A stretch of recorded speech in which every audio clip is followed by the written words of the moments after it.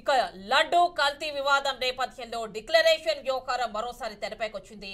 మాజీ CM YS Jagan ఎందుకు declaration ఇవ్వడం లేదనే వాదనలు బలంగా వినిపిస్తున్నాయి.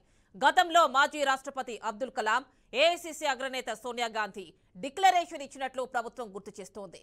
నమ్మకం ఉంటే అన్య మతస్థులు సంప్రదాయం ప్రకారం తిరుమలలో డిక్లరేషన్ ఇవ్వాలని ప్రభుత్వం అంటోంది.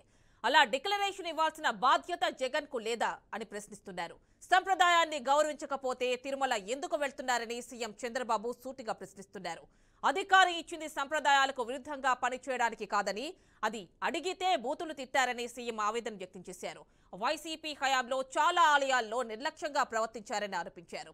ఇక పూర్తి డీటెయిల్స్ మా కరెస్పాండెంట్ గోపి తిరుపతి నుంచి అందిస్తారు. గోపి, చెప్పండి, జగన్మోహన్ రెడ్డి డిక్లరేషన్ ఎందుకు ఇవ్వలేకపోతున్నారు అని ప్రశ్నిస్తున్నాయి ప్రతిపక్షాలు. డీటెయిల్స్ ఇవ్వండి.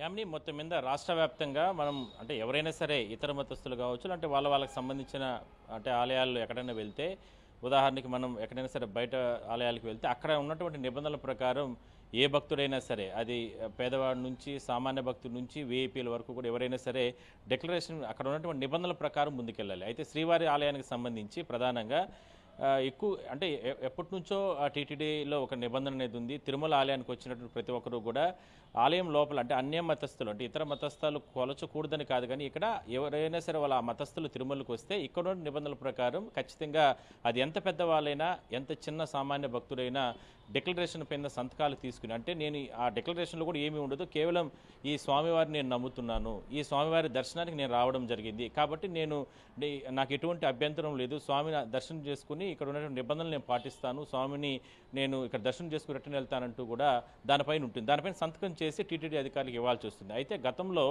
ఎంతోమంది అంటే అన్య మతస్థులు ఇతర మతస్థులను కొలిచేటటువంటి వారు తిరుమలకి రావడం జరిగింది. ఆ సమయంలో ప్రతి ఒక్కరూ కూడా ఇక్కడున్న నిబంధనల ప్రకారం డిక్లరేషన్ మీద సంతకాలు ఇచ్చి కూడా రిటర్న్ వెళ్ళడం. కేవలం ఒక అంటే మాజీ ముఖ్యమంత్రి వైసీపీ అధినేత ఒక జగన్మోహన్ రెడ్డి గారు మాత్రం తిరుమలకు వచ్చిన సమయంలో ఆయన అధికారంలో ఉన్నప్పుడు ఇవ్వలేదు డిక్లరేషన్, లేదు, అంతకుముందు కూడా ఇవ్వలేదు. అయితే దీనిపైన ముఖ్యమంత్రి చంద్రబాబు చాలా ఘాటుగా మాట్లాడడం జరిగింది. ఎందుకంటే స్వామిని నువ్వు నిజంగా కొలిచేవారు అయితే మరి తిరుమలకి వెళ్ళిన సమయంలో, ఎందుకంటే ఆయన ముఖ్యమంత్రిగా గతంలో జగన్మోహన్ రెడ్డి ఉన్న సమయంలో కూడా ఇక్కడికి వచ్చిన తర్వాత అంటే బ్రహ్మోత్సవాల సమయంలో కూడా పట్టు వస్త్రాలు ఇవ్వడం జరిగింది. ఆ సమయంలో కూడా ఆలయం లోపలికి వెళ్ళేటప్పుడు డిక్లరేషన్ అధికారులు తీసుకెళ్ళినా కూడా డిక్లరేషన్ మీద ఎక్కడ కూడా సంతకాలు పెట్టలేదు. కేవలం అధికారాన్ని అడ్డం పెట్టుకుని ఈ రకంగా నువ్వు అక్కడ ఉన్నటువంటి అధికారులను భయపెట్టి నువ్వు లోపలికి వెళ్ళడం అనేది కరెక్ట్ కాదు. నువ్వు నిజంగా శ్రీవారిని ప్రార్థించేవారు, శ్రీవారి పైన నీకు నమ్మకం ఉంటే మరి నిబంధనల ప్రకారం డిక్లరేషన్ మీద సంతకం ఎందుకు పెట్టకూడదు అనేటటువంటి అంశాన్ని చంద్రబాబు కూడా ఈనాటి కూడా ప్రశ్నిస్తున్నారు. అయితే ఇందులో వైసీపీ చెప్తుంది అంటే రకరకాలుగా చెప్తున్నారు వైసీపీ. ఎందుకంటే ఆయన ఎప్పటి నుంచో స్వామివారికి సంబంధించిన భక్తుడు, మరి ప్రతిసారి వచ్చినప్పుడంతా ఎందుకు డిక్లరేషన్ ఇవ్వాలి, ఒకసారి ఇస్తే సరిపోతుంది కదా, మరి ఇట్లా రకరకాల అంశాలని ముందుకు తీసుకెళ్తున్నారు. అయితే ఆలయాల్లో అంటే తిరుమల ఆలయమే కాదు, ఏ ఆలయాల్లో కూడా హిందూ ఆలయాల్లో ఇతర మతస్థులు ఎవరైనా వస్తే, అది కనకదుర్గమ్మ విజయవాడ ఆలయం కావచ్చు, లేదంటే ఇంకా ఎన్నో ఆలయాలు ఉన్నాయి కాబట్టి ఆ ఆలయాల్లో వెళ్తే అక్కడ ఉన్న నిబంధనల ప్రకారం ప్రతి ఒక్కరూ కూడా అన్య మతస్థులు అంటే నడుచుకోవాల్సిన అవసరం అయితే ఉంటుంది. అందువల్లనే తిరుమలలో వచ్చినటువంటి ప్రతి భక్తులు కూడా సహజంగా మనం చూస్తే వైకుంఠం లోపల కూడా ఎవరు వెళ్ళినా కూడా అక్కడ అన్య మతస్థులు వెళ్తే డిక్లరేషన్ మీద సంతకాలు పెట్టి వెళ్తారు. దాన్నే చంద్రబాబు కూడా ప్రశ్నించిన పరిస్థితి. Yamini. Right Gopinath, thank you.